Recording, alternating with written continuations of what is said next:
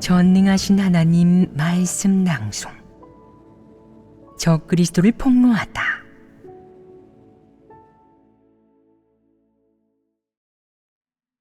제14조. 하나님 집을 자기 세상으로 생각한다. 지난 예배 때는 적그리스도가 사람의 마음뿐만 아니라 교회 재정 업무까지 통제하는 것에 대해 교제하였다. 주로 몇 가지 내용을 교제했느냐? 크게 두 가지 내용을 교제하셨습니다. 하나는 적그리스도가 교회의 재물을 우선적으로 점유하고 사용한다는 것이었고, 다른 하나는 재물을 낭비하고 유용하고 외부로 빌려주고 편취하고 훔친다는 내용이었습니다. 주로 이 두 가지 내용에 대해 교제했다. 오늘은 적그리스도의 여러 모습 중 제14조. 하나님 집을 자기 세상으로 생각한다. 는 내용에 대해 교제하면서 적그리스도의 어떤 모습이 그에게 적그리스도의 본질이 있다는 것을 보여주는지 살펴보겠다. 하나님 집을 자기 세상으로 생각한다는 말에서 하나님 집과 자기 세상이라는 두 말을 표면적으로만 보면 적그리스도가 어떤 악행을 저지르는지 알 수 없다. 만약 적그리스도가 하나님 집을 제 집처럼 생각한다고 한다면 표면적으로 봤을 때 그 집이 무엇을 의미하는지, 긍정적인지 부정적인지, 좋은 뜻인지 나쁜 뜻인지 알 수 없다. 그런데 집이 자기 세상으로 바뀌면 문제들을 알 수 있지 않겠느냐?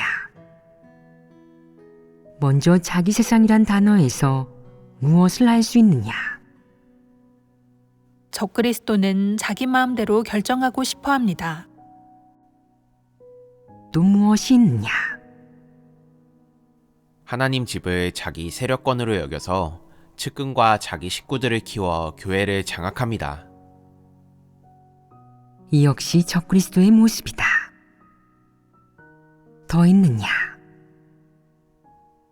겉으로만 봐도 이곳이 바로 적그리스도의 세력권, 적그리스도가 권력을 행사하며 독점하는 곳, 적그리스도가 모든 것을 장악하고 독차지하며 제재하는 곳, 적그리스도가 결정하는 곳이란 것을 알 수 있느냐? 예전에 적그리스도의 여러 모습에 대해 이야기할 때 적그리스도의 본질에 대한 해부와 폭로 면에서 많이 교제했기 때문에 이런 의미를 알 수 있을 것이다. 적그리스도의 주된 모습은 사람을 통제하고 권력을 장악하는 것이다. 물론 다른 여러 모습도 있다. 적그리스도가 자기 세상을 만드는 것의 의미를 대략적으로 교제했으니 이어서 하나님 집이 무엇인지에 관해 교제하겠다. 너희는 하나님 집에 대해 개념을 가지고 있고 정확하게 정의하고 있느냐? 형제자매가 모인 단체가 하나님 집이냐?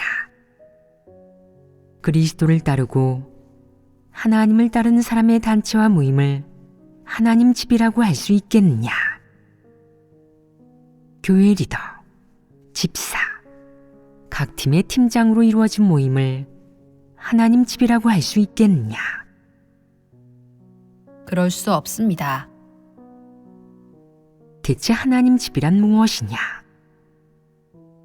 그리스도가 권세를 잡은 교회만이 하나님 집입니다. 하나님 말씀을 실행 원칙으로 하는 사람들의 모임이야말로 하나님 집입니다. 이 두 가지 정의를 정확하다고 할 수 있겠느냐? 너희는 확실하게 대답하지 못한다. 그토록 많은 설교를 듣고도 이렇게 단순한 정의조차 말하지 못하는 것을 보니 너희는 평소 이런 영적인 용어와 단어들을 진지하게 대하지 않고 묵상하지도 않았나 보구나. 너무나도 꼼꼼하지 못하다. 과연 무엇이 하나님 집일지 묵상해 보아라. 이론적으로 정의한다면 진리가 권세를 잡은 곳, 하나님 말씀을 실행 원칙으로 하는 사람들의 모임이 바로 하나님 집이다. 적그리스도가 하나님 집을 자기 세상으로 생각한다면 문제가 된다. 즉, 적그리스도가 하나님을 따르는 형제자매의 모임을 자기의 세력권, 자기가 권력을 행사하는 곳, 권력을 행사하는 대상으로 생각한다는 것이다. 이는 글자 그대로 적그리스도가 하나님 집을 자기 세상으로 생각한다는 의미이다. 적그리스도가 하나님 집을 자기 세상으로 생각하는 것을 어떤 관점으로 보고 해석하든 사람을 미혹하고 통제하며 권력을 독점하는 적그리스도의 본성 본질을 알 수 있다. 하나님 집은 하나님이 사역하고 말씀하며 사람을 구원하는 곳으로 하나님의 선민이 하나님 사역을 체험하여 정결케 되고 구원을 받는 곳이고 하나님의 뜻과 하나님의 마음이 막힘없이 통행하는 곳이자 하나님의 경륜이 시행되고 성취되는 곳이다. 결론적으로 하나님 집은 하나님이 권세를 잡고 하나님 말씀이 권세를 잡고 진리가 권세를 잡은 곳이지 특정인이 권력을 행사하거나 사적인 경영을 하여 개인의 바람, 대단한 업적을 실현하는 곳이 아니다. 하지만 적그리스도는 하나님이 하고자 하는 바와 반대되는 짓만 한다. 그는 하나님이 무엇을 하려는지, 하나님 말씀이 사람들 속에서 시행될 수 있는지, 하나님 말씀과 진리 원칙이 사람들에게 이해되고 실행되며 체험되는지 거들떠 보지도 않고 신경을 쓰지도 않는다. 그는 이런 것을 상관하지 않는다. 그는 오로지 자신이 사람들 속에서 지위나 권력, 발언권을 가지고 있는지, 그의 뜻과 생각, 욕망이 사람들 속에서 시행될 수 있는지에만 골몰한다.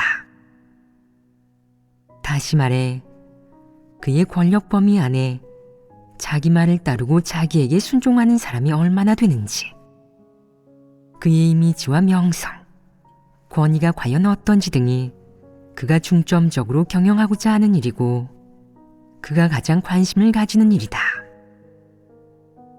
하나님은 사람들 속에서 말씀하고 사역하며 사람을 구원하고 이끌며 사람에게 공급하여 사람을 한 걸음씩 하나님 앞으로 인도한다. 이로써 사람이 그의 뜻을 깨닫고 진리 실제에 진입해서 차츰차츰 하나님에게 순종하게 하는 것이다.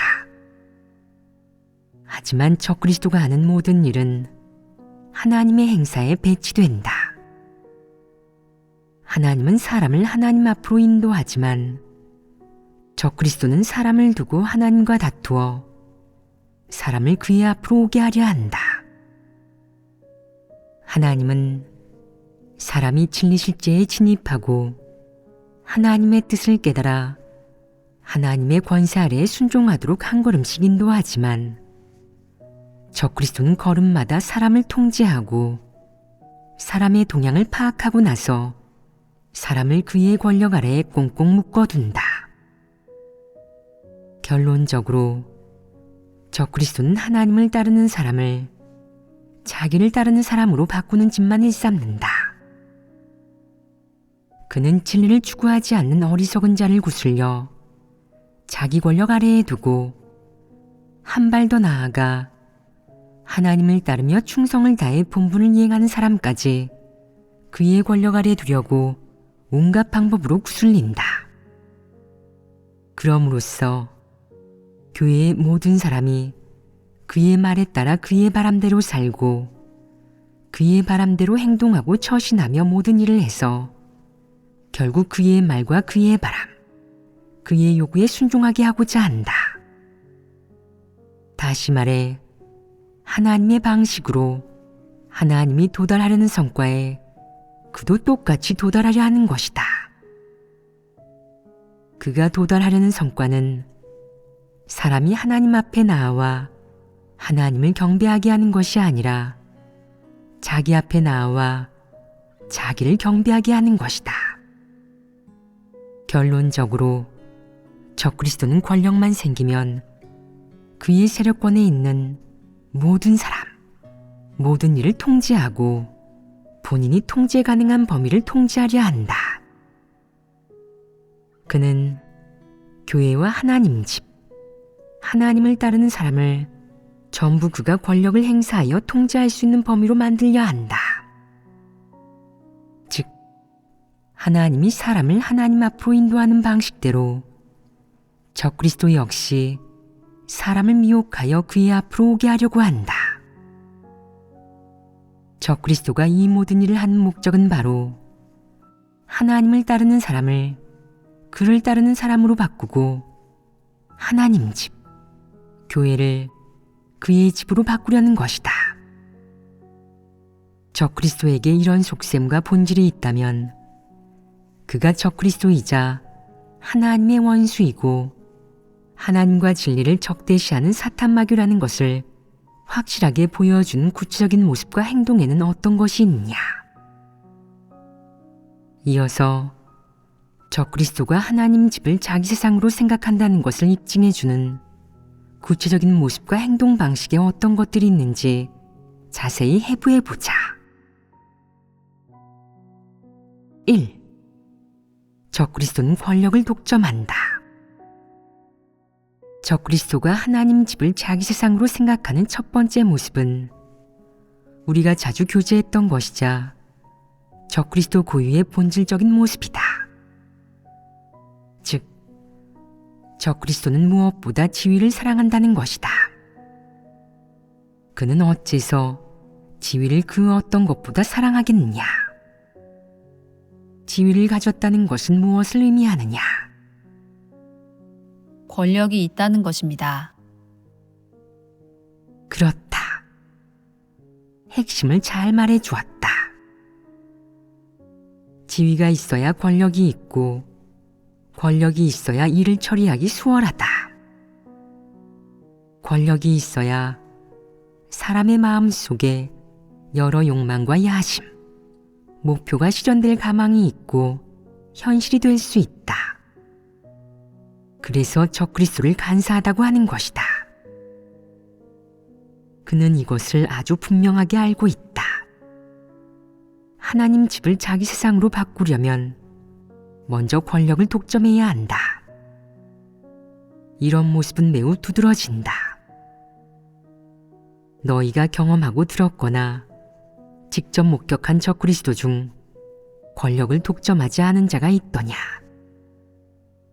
능글맞고 강교한 방식이 됐든 겉으로는 부드럽고 느긋해 보이는 방식이 됐든 아니면 흉악하고 매우 비열한 술수의 방식이 됐든 혹은 난폭한 방식이 됐든 어떤 방식이든 적그리스도의 유일한 목적은 오로지 지위를 가지고 권력을 손에 넣는 것이다.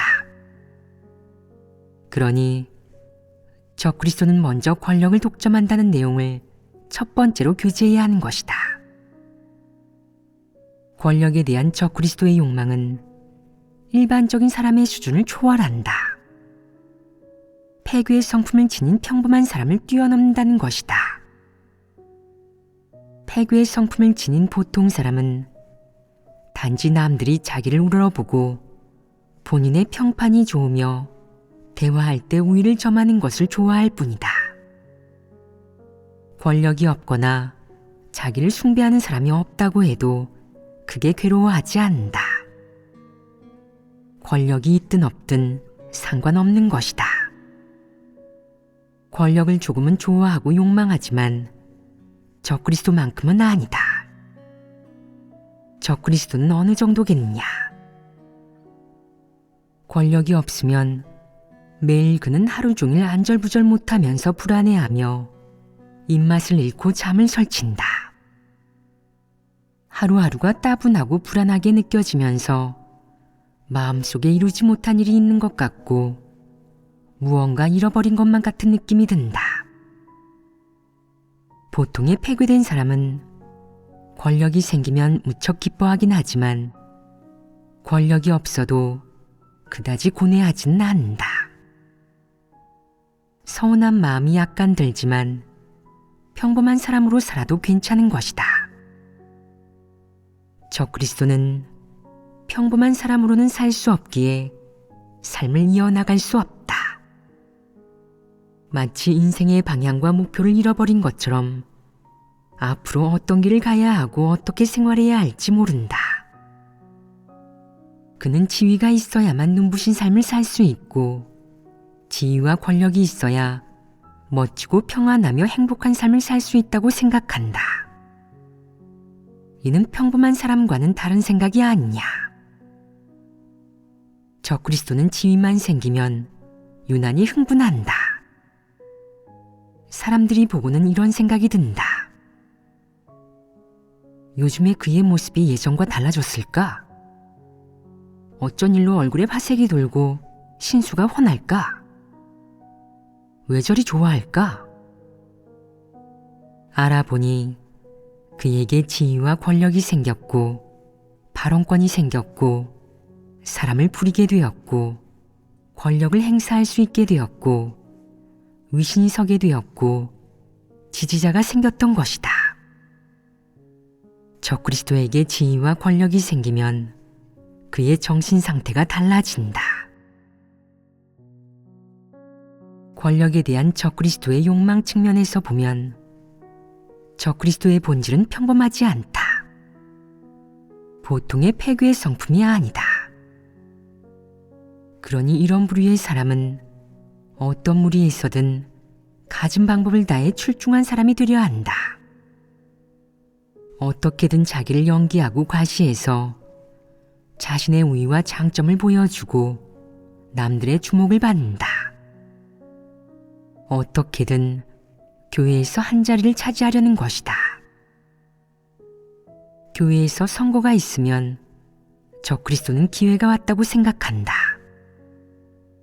자기를 과시할 기회, 자기 바람을 실현할 기회, 자기 욕망을 충족시킬 기회 말이다. 그는 어떻게든 사람들이 자기를 리더로 뽑게 하고 권력을 얻으려 한다. 그는 권력을 얻고 나면 일을 처리하기 수월하다고 생각한다. 일 처리가 왜 수월해지겠느냐? 적그리스도에게 권력이 없으면 겉으로는 그의 야심과 욕망, 그의 본질이 보이지 않을 수도 있다. 그가 숨기고 위장하기 때문에 꿰뚫어 볼 수 없는 것이다. 그런데 그에게 지위가 생겨 권력이 주어지면 그는 가장 먼저 무엇을 하겠느냐? 그는 자신의 지위를 확고히 하고 수중의 권력을 확대하고 단단히 움켜쥐려 할 것이다. 권력을 단단히 움켜쥐고 지위를 확고히 하는 방법에는 무엇이 있느냐? 적그리스도에게는 많은 방법이 있다. 그는 기회를 놓치지 않을 것이고 권력을 독차지하면 가만히 있지 않을 것이다. 기회가 오면 그때가 바로 그가 가장 기뻐하는 순간이자 그가 관계를 부려 크게 실력을 발휘하는 순간이다. 적그리스도는 부임과 동시에 먼저 자신의 가족과 친척 중에서 자기와 친한 사람, 자기와 가까운 사람, 자기와 마음이 잘 맞는 사람, 자기와 잘 어울리고 서로 말이 통하는 사람을 골라낸다.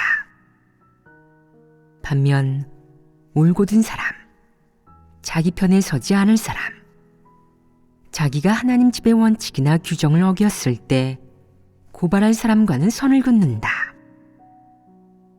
이렇게 가려내고 나서 한번 살펴보고는 이런 생각을 한다. 나와 관계가 좋은 친척이 많네. 다들 나와 잘 어울리고 서로 말이 통할 수 있겠어. 이들을 내 밑에 두고 있으면 내 세력이 커지지 않겠어? 교회에서 내 입지가 공고해지지 않겠냐고. 옛말에 인재를 추천할 땐 가족을 배제하지 않는다 라는 말도 있잖아. 이방인도 관직에 오르면 친지나 절친에게 도움을 받는다는데 나도 이제 관리가 되었으니 그렇게 해야겠어. 괜찮은 방법인 것 같아. 먼저 가족을 발탁해야겠다. 아내랑 아들, 딸은 말할 것도 없지. 가족부터 직무를 맡겨야겠어. 아내한텐 무슨 일을 맡기지? 교회에서 헌금을 관리하는 게 중요하고 핵심적인 직무이니 재정 권한은 꼭 내 사람 손에 맡겨야 해. 그래야 마음껏 편하게 돈을 쓸 수 있지. 이 돈은 남의 손에 맡겨선 안 돼. 남의 손에 맡기면 결국 남의 돈이라 관리 감독을 받으며 돈을 써야 할 테니 그러면 너무 불편해. 그렇다면 지금 재정을 맡고 있는 사람이 나랑 같은 마음일까? 겉보기엔 괜찮아 보이는데 속으로 무슨 생각을 하는지 누가 알겠어? 안 되겠다. 어떻게든 교체해서 아내한테 재정을 맡겨야겠어. 그가 아내와 상의하니 아내가 말한다. 좋아요. 이제 당신이 교회 리더이니 교회 헌금도 당신이 결정하는 것 아니겠어요? 당신이 지시한 사람이 관리해야죠. 그런데 당장은 기존 재무 책임자를 교체할 방법이 없어. 아내가 한번 생각하고는 이렇게 말한다. 그 사람을 교체하는 게 어렵다고요? 그냥 그 사람이 재정을 너무 오래 맡고 있는 건 좋지 않다고 하면 되잖아요. 부실채권, 수급 문제나 횡령 문제가 생길 우려가 있다고 하면서요. 누가 무엇을 관리하든 세월이 흐르면 문제가 터지기 쉽잖아요. 시간이 흘러서 미천이 생기면 누구의 말도 안 듣기 십상이죠. 또 재무를 담당하고 있는 그 사람은 나이도 많잖아요. 흐리멍덩해져서 깜빡하기도 쉬워요. 만에 하나 실수라도 하면 손실을 끼칠 거예요. 이렇게나 중요한 직무이니 교체해야죠. 그럼 교체하자는 말은 누구에게 시키느냐? 교회 리더인 그의 입에서 교체의 목소리가 나오면 안 되니 형제자매가 알아서 그의 아내로 교체하자고 해야 한다. 아내의 제안에 교회의 헌금이 그녀의 손에 관리되게 된다. 하지만 원칙상 한 사람이 관리해서는 안 된다. 누군가 하나님 집 재물을 횡령할 틈을 주지 않기 위해 두세 사람이 함께 관리해야 하는 것이다. 적그리스도는 함께 관리할 사람으로 사촌 여동생을 추천하면서 그녀가 하나님을 믿은 기간도 길고 헌금도 많이 했으며 평판도 좋아 믿을만 하다고 말한다. 사람들이 두 분 모두 당신 가족이잖아요. 외부 사람으로 더 구해야 합니다. 라고 하니 적그리스도는 재정의 관리와 통제를 도울 어리석은 늙은 자매를 한 명 더 추천한다. 적그리스도는 일단 재정을 자기 가족의 통제하에 두고 이 돈을 앞으로 어떻게 쓸 것인지에 대한 모든 명세 내역을 가족이 장악하게 하고 자신의 통제하에 둔다. 적그리스도가 재정 권한을 독점하고 재물을 통제하면 목적이 달성되겠느냐? 아직은 아니다. 가장 중요한 것은 교회의 모든 사역의 책임자를 자기 사람으로 만들어 전부 자기가 결정할 수 있게 통제하려는 것이다. 그는 이것을 무엇보다 중요하게 생각한다. 이는 하부 각 팀의 사람들이 자기 말을 듣는지, 그의 권력이 말단까지 미치는지와 관련되는 문제이다. 이를 어떻게 할 수 있느냐? 과감하게 개혁을 단행하는 것이다. 먼저 기존의 각 팀이 사역을 얼마나 잘못하고 있는지에 대해 교제한다. 예를 들어 영상팀의 사역에 문제가 나타나면 적그리스도는 이렇게 말한다. 이런 문제는 모두 책임자 때문에 생기는 겁니다. 책임자가 사역하면서 이렇게 큰 실수가 생기고 이렇게 큰 문제를 야기한다는 것은 책임자가 자격 미달이라는 것을 증명하니 교체해야 합니다. 그러지 않으면 이 사역을 제대로 할 수 없어요. 그럼 누구로 교체할까요? 대상자나 후보자가 있습니까? 이 팀에서 누가 사역을 가장 잘합니까? 다들 생각하다가 실적이 괜찮은 형제가 한 명 있는데 잘할 수 있을지는 모르겠어요. 라고 말한다. 잘할 수 있을지 모르겠다면 뽑아선 안 되죠. 제가 한 명 추천해 드릴게요. 올해 25살인 제 아들입니다. 전자컴퓨터학과를 나와서 각종 특수효과, 영상을 전공했어요. 하나님을 믿은 기간이 짧고 그다지 진리를 추구하지 않지만 실무면에서는 여러분보다 훨씬 나을 겁니다. 여러분 중에 전공자가 계신가요? 사람들이 대답한다. 전공자까지는 아니지만 꽤 오랫동안 본분을 이행해서 하나님 집의 이사역의 원칙은 잘 이해하고 있어요. 그는 이해하고 있나요? 몰라도 괜찮습니다. 배우면 되죠. 라는 적그리스도의 대답에 다들 맞는 말이라고 생각하고는 그의 말에 순순히 따르면서 누굴 발탁하든 찬성한다. 이런 식으로 또 하나의 요직을 적그리스도가 통제하게 된다. 적그리스도는 또 하나님 집에서 복음 사역이 매우 중요한데 해당 책임자가 자기 사람이 아니니 바꿔야 한다고 생각한다. 어떻게 바꾸겠느냐? 마찬가지로 트집을 잡는 것이다. 그가 지난번에 전한 그 복음 대상자는 요새 어떤가요? 라고 묻자 한 사람이 대답한다. 한 달 정도 믿다가 부정적인 선전을 고지 듣고는 안 믿게 되었어요. 왜 안 믿게 되었나요? 여러분이 복음을 전하면서 이상 측면의 진리를 명확하게 교제해주지 않은 건 아닌가요? 여러분이 게으름을 피운 건 아니고요? 아니면 환경이 두려워 자기가 위험해질까봐 분명하게 교제해주지 않은 건 아닌가요? 시기적절하게 그에게 관심을 주지 않은 건 아닌가요? 그가 고충을 해결하도록 도와주지 않은 건 아닌가요? 연달아 질문 세례를 퍼붓는다. 남들이 아무리 얘기해도 아무리 해명해도 소용없다. 그래도 그는 복음팀 책임자가 너무 많은 문제와 흠을 가지고 있고 무책임해서 이 사역을 감당하기에 부족하다며 강제로 교체해버린다. 그러고 나서는 적그리스도가 말한다. 아무개 자매는 복음도 전해봤고 경험도 있으니 괜찮아 보입니다. 이 말에 형제 자매는 당신의 둘째 누나잖아요. 말은 잘해도 인성이 안 좋고 평판도 형편없어요. 그분에게 맡겨선 안 돼요. 라면서 동의하지 않는다. 그러자 그는 이렇게 말한다. 여러분이 동의 못하시면 복음팀을 해체하겠습니다. 여러분은 이 본분을 제대로 이행하지 못하니 복음을 전하지 마세요. 아니면 제가 추천한 사람은 부팀장으로 하고 여러분이 적격자를 팀장으로 뽑아보시던가요. 형제 자매가 한 사람을 뽑자 그는 둘째 누나를 부팀장으로 하는 조건으로 마지못해 동의한다. 이렇게 합의를 이루어야 복음팀의 명맥이 간신히 유지되는 것이다.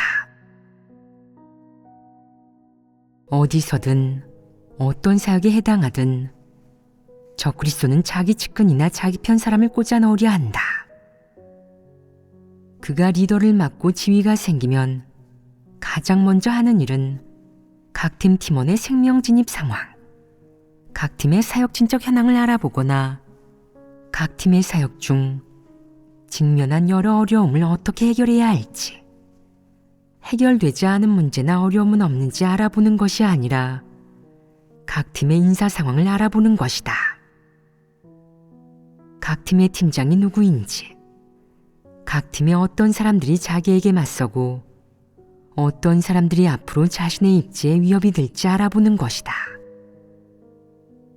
이런 일은 대단히 꼼꼼하게 파악하지만 교회 사역 상황은 전혀 알아보지 않는다.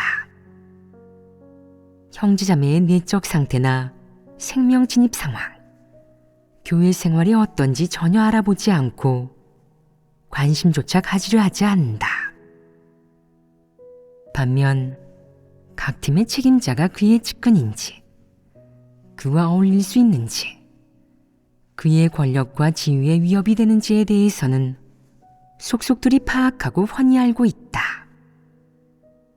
그는 팀마다 올곧은 사람, 진실한 말을 하는 사람은 경계해야지 절대로 그 사람에게 지위를 주어서는 안 된다고 생각한다.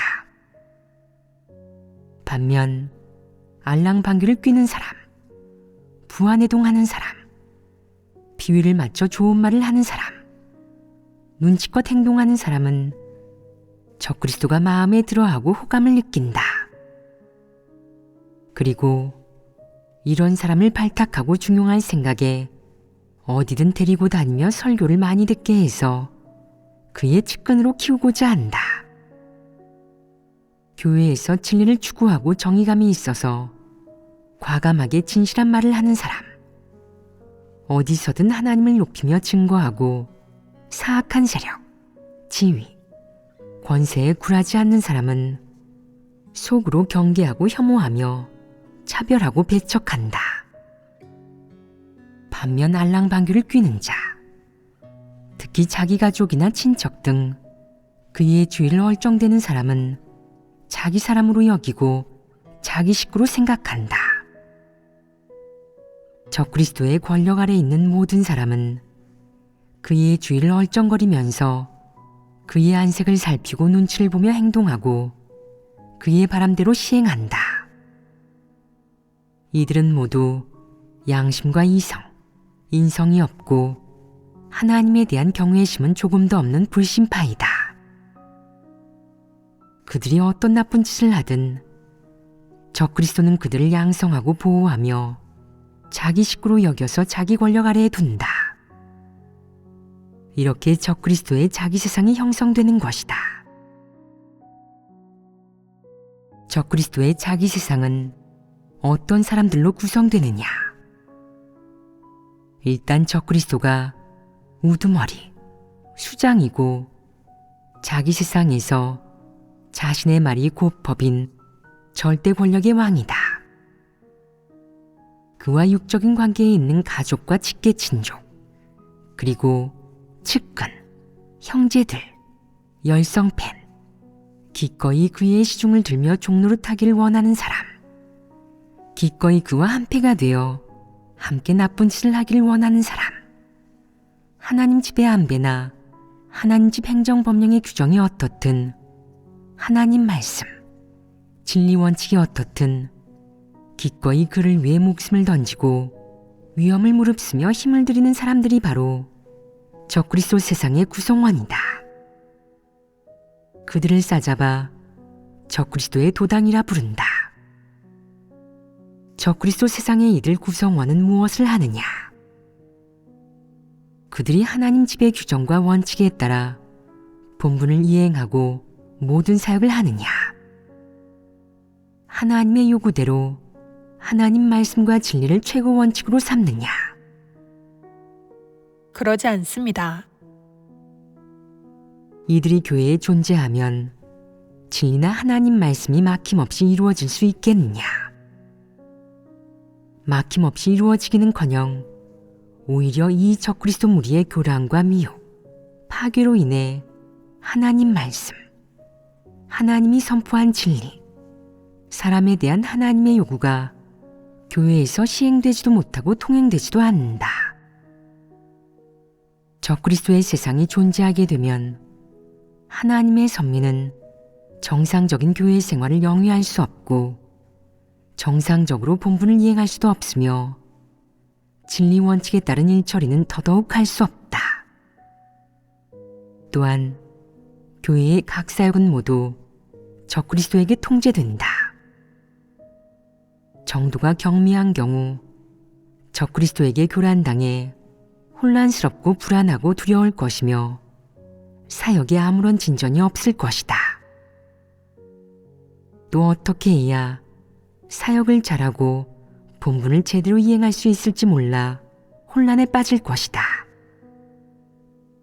최악의 경우 모든 사역이 마비되어 신경 쓰는 사람도 관심 갖는 사람도 없게 될 것이다. 설사 여기에 문제가 있다는 것을 감지하는 사람이 몇 명 있더라도 적그리스도에 의한 화라는 것을 분별하지 못하고 적그리스도에게 정신을 못 차리도록 교란당해서 누가 옳고 누가 그른지도 모를 것이다. 문제를 알아차리고는 나서서 목소리를 내고 사역을 주도하려는 극소수의 사람이 있다고 해도 사역을 감당할 수 없다. 적그리스도를 폭로하는 사람, 정의감을 가지고 사역을 감당하려는 사람을 적그리스도는 억압한다. 어느 정도로 억압하겠느냐? 내가 끽소리도 내지 못하고 용서를 빌며 고발하거나 상부에 보고할 엄두도 내지 못하고 사역에서 직면하는 문제를 거론할 엄두도 내지 못하며 진리를 교제하거나 하나님이라는 말을 꺼내지도 못한다면 적그리스도가 너를 내버려 둘 것이다.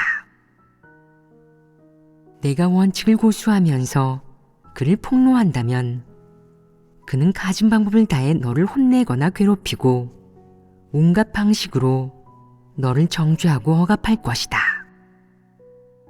심지어 적그리스도 세상의 구성원들과 그 외에 부안해동하는 자, 옹졸하고 비겁하며 적그리스도의 세력을 두려워하는 자들을 미혹하여 너를 버리고 억압하게 할 것이다. 결국 믿음과 분량이 작은 자들은 적그리스도에게 굴복당할 것이다. 그러면 적그리스도는 좋아할 것이고 그의 목적이 달성될 것이다. 적그리스도는 권력을 쥐고 나면 권력을 독점하고 지위를 공고히 하기 위해 가족이나 자기와 관계가 좋은 사람에게 교회의 중요 사역을 맡길 뿐 아니라 그와 아무런 관계도 없는 사람을 모아 그를 위해 죽도록 봉사하게 한다. 앞으로 지위를 잃지 않고 권력을 계속 손에 쥐려는 목적인 것이다. 그의 세상에 구성원이 많을수록 그의 세력이 커지고 그의 권력 또한 커진다.